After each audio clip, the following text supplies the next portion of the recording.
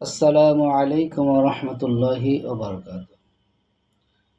ইবনে ওমর রাদিয়াল্লাহু তাআলা আনহু বলেন, রাসূলুল্লাহ সাল্লাল্লাহু আলাইহি ওয়াসাল্লাম বলেছেন, তোমাদের মৃত ব্যক্তিদের ভালো কাজ সমূহের কথা উল্লেখ করবে এবং মন্দ কাজ সমূহের কথা উল্লেখ করা থেকে বিরত থাকবে।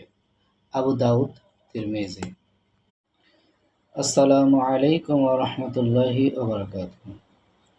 আউযু বিল্লাহি মিনাশ শাইতানির রাজীম। বিসমিল্লাহির রহমানির রহিম।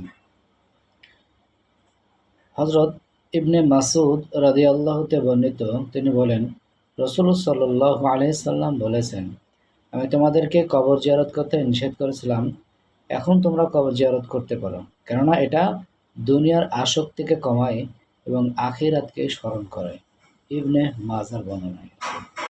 আসসালামু আলাইকুম ওয়া রাহমাতুল্লাহি ওয়া বারাকাতুহু। কিয়ামতের দিন যাকাতবিহীন সম্পদ সাপের আকার ধারণ করবে।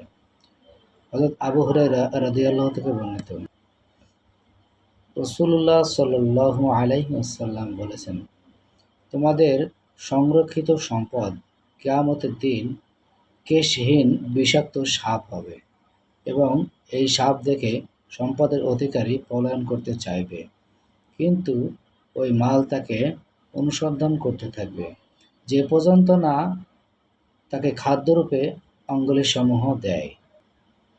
আহমদ।